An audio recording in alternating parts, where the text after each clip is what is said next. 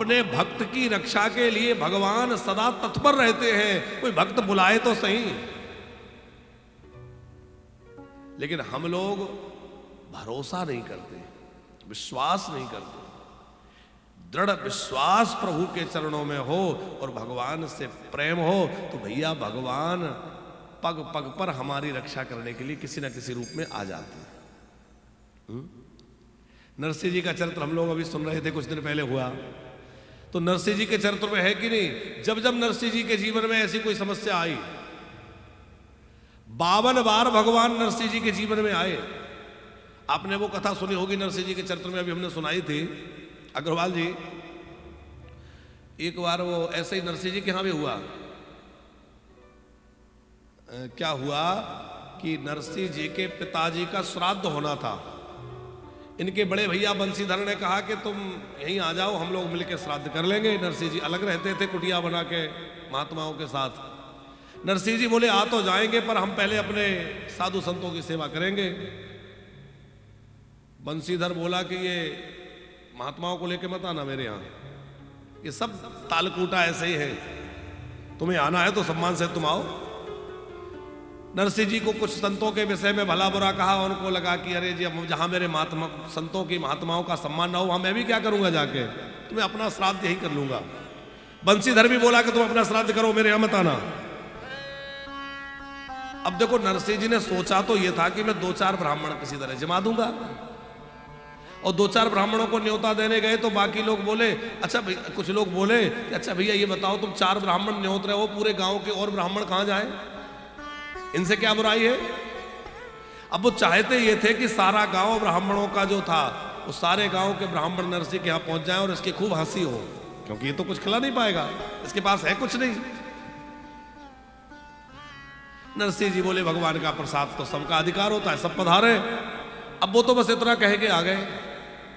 कुछ लोगों ने पूरे नगर में ढिंढोरा पीट दिया, नरसिंह के यहाँ न्योता है, नरसिंह के यहाँ श्राद्ध है, न्योता है। पूरे गांव के ब्राह्मण निकल पड़े। अब नरसिंह जी को पता लगा कि अरे इतनी बड़ी संख्या में ब्राह्मण देवता आ रहे हैं, यदि भोजन नहीं करा पाया तो मेरा धर्म नष्ट हो जाएगा, ब्राह्मण भूखे लौट गए तो बहुत बुरा होगा। अपनी पत्नी माणिक गौरी से कहा घर में कुछ है, बोले कुछ भी नहीं है, क्या करें। माणिक गौरी के पास विवाह के कंकण रखे थे, उसने अपने कंकण उतार के दिए, ये कंकण ले जाओ और कंकण ले जा करके कुछ दाल भात आटा गुड़ बूरा जो आ जाए ले आओ। गए, कुछ राशन सामग्री थोड़ी लेके आए, घी रह गया, घी नहीं ला पाए। घी लेने के लिए गए तो अब कुछ हाथ में पैसा बचा नहीं था, क्या करें। तो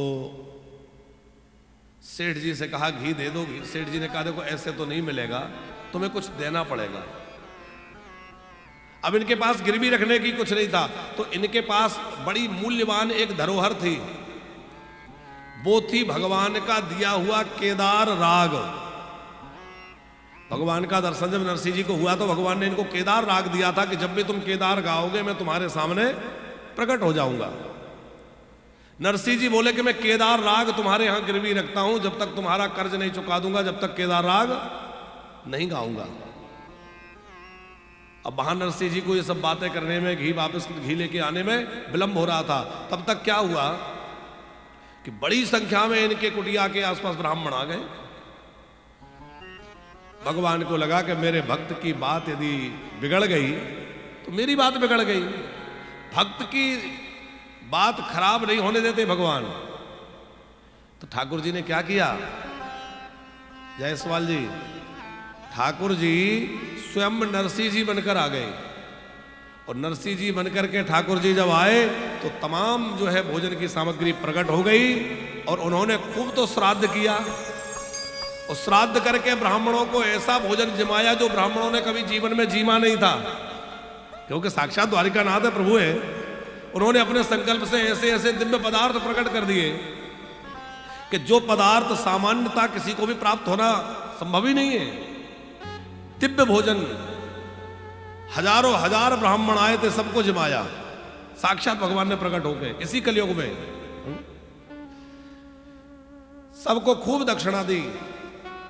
और जो ब्राह्मण श्राद्ध कराने आए थे, कोई अच्छे विद्वान ब्राह्मण तो आने नहीं थे, क्योंकि वो तो सब चले गए बंसीधर जी के यहाँ। इनके यहाँ जो आए उनके लिए इन्होंने, ठाकुर जी ने खूब दक्षिणा दी। सारे नगर में जो है हल्ला हो गया, भैया नरसिंह के यहाँ तो ऐसा अद्भुत श्राद्ध हुआ, ऐसा गजब का भोजन हुआ, क्या कहना। उस भोजन और श्राद्ध की चर्चा दूर दूर तक होने लगी। नरसिंह जी आए, पत्नी माणिक गौरी से कहा, देवी मैं बहुत विलंब हो गया मुझे। नरसिंह जी से बोली पत्नी कि अरे तुम कह रहे हो विलंब हो गया, तुमने ही तो सब ब्राह्मणों को जमाया, श्राद्ध किया, भोजन जमाया, सबको दक्षिणा दी, सब कुछ तो किया आपने। नरसिंह जी ने कहा मैं तो था ही नहीं।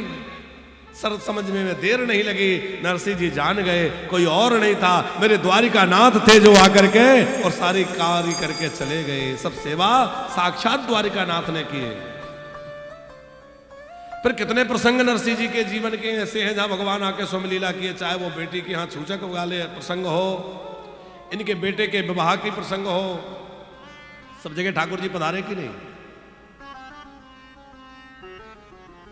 अपने भक्त की बात भगवान कभी छोटी नहीं होने देते। सैन भक्त की कथा आपने सुनी होगी। सैन भक्त का नाम सुना है सबने। सैन भक्त जो थे वो राजा के यहां सेवा करते थे। राजा की हजामत बनाना, राजा की मालिश करना, अंगराग आदि लगाना। तो वो बड़े संत सेवी थे, भगवत भक्त थे, भजनानंदी थे। एक बार साधुओं की जमात आई और सैन भक्त का समय तो था राजा की सेवा में जाने का। साधुओं को आते देखा तो मन गदगद हो गया कि इन संतों की पहले सेवा करूं, बाद में जाऊंगा। अब साधु सेवा में लगे तो ऐसा मन लगा कि बहुत समय बीत गया, राजा की सेवा का समय ही निकला जा रहा था। ठाकुर जी ने मन में विचार किया, रघुनाथ जी के भक्त थे वो राम जी के, कि यदि इस समय पर नहीं गया तो राजा तो रजोगुणी है, क्रोध आ जाएगा, मेरे भक्त का अपराध करेगा, मेरे भक्त को डांट फटकार करेगा, अच्छा नहीं है। इसलिए ठाकुर जी सैन नाई बनकर के, सैन भगत बनकर के, हाथ में पेटी लेकर के, वो उस तरह छुरा जो भी रहता है उनका, वो सब तेल वेल लेकर के पहुंच गए। और जैसे सैन भगत राजा की मालिश करते थे वैसे राजा की मालिश करने लगे। उनका अंग स्पर्श होते ही राजा को बड़ा आनंद हुआ। अरे भैया मालिश तो तुम बहुत समय से कर रहे हो, पर आज जो स्पर्श हुआ, जो आनंद हुआ, वो तो अद्भुत है। वो एक और विलक्षण घटना घटी अग्रवाल जी, कि राजा के सामने दर्पण रखा था, पीछे से ठाकुर जी खड़े होकर के और नाई के रूप में, सैन भक्त के रूप में मालिश कर रहे थे।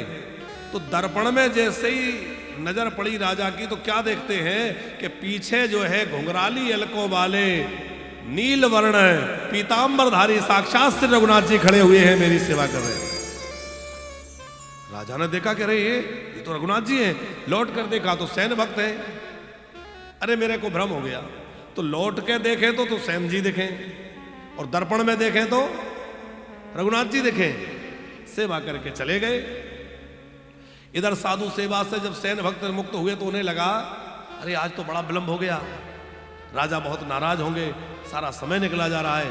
तो सैन जी डरते डरते आए तो दरवाजे पर ही जो लोग खड़े थे, द्वारपाल आदि, उन्होंने कहा कि सैन जी आज कुछ भूल गए क्या महल में? क्यों? बोले आज दोबारा क्यों आ रहे हो, अभी तो गए हो। इन्होंने कहा दोबारा? अब जो मिलता वो यही कहता है कि अभी तो गए थे, अब दोबारा क्यों आए हो। इन्हें लगा कि कुछ ना कुछ गड़बड़ जरूर है। राजा के पास पहुंचे तो राजा ने कहा कि तुम तो अभी अभी मेरी सेवा कर रहे थे। इतना सुनते ही समझ गए कि वो बात जो सारे लोग कह रहे हैं कि कोई आया था, तो निश्चित कोई आया मेरे रूप में, और वो कोई और नहीं हो सकता, मेरे रघुनाथ जी मेरे रूप बनाकर आए होंगे राजा की सेवा करने। ऐसा मन में विचार करके सैन भक्त की आंखों से अब्रल अश्रुधारा बहने लगी, और उनको प्रेम पुलकित देखकर राजा समझ गया कि आज मेरी मालिश करने जो आया था, वो दर्पण में जो छवि दिख रही थी वही था। सैन भगत के पैर पकड़ लिए राजा ने, अपने राजा होने का अहंकार त्याग दिया और सैन जी के चरणों में जा गिरा। तुम्हारे कारण आज मुझे प्रभु का, भले ही दर्पण में दर्शन हुआ, पर प्रभु का दर्शन तो हो गया। और प्रभु ने आके मेरे को स्पर्श किया। अरे मैं कैसा अभागा कि मैं उनसे सेवा कराता रहा। राजा का सारा राज का जो गर्व था नष्ट हो गया। राजा परम भगवत भक्त बन गया और सेन जी ने तो उसी दिन से सब सेवा छोड़ दी और सेन भक्त उसी दिन से भजन में लग करके पूरी तरह भगवान के लिए समर्पित। तो अब नहीं करूंगा ये सब, अब तो बस भजन। ये सब कथाएं हमें बल प्रदान करती हैं भैया कि हम भरोसा दृढ़ रखें और भरोसा दृढ़ रख करके उनके चरणों में मन लगाए रखें। वो आपकी बात कभी छोटी नहीं होने देंगे, आपको कभी परेशान नहीं होने देंगे। जब जब जीवन में कोई ऐसा विपत्ति का संकट का समय आएगा, किसी ना किसी रूप में वो परमात्मा खड़ा हो जाएगा। हमारा भरोसा तो दृढ़ हो।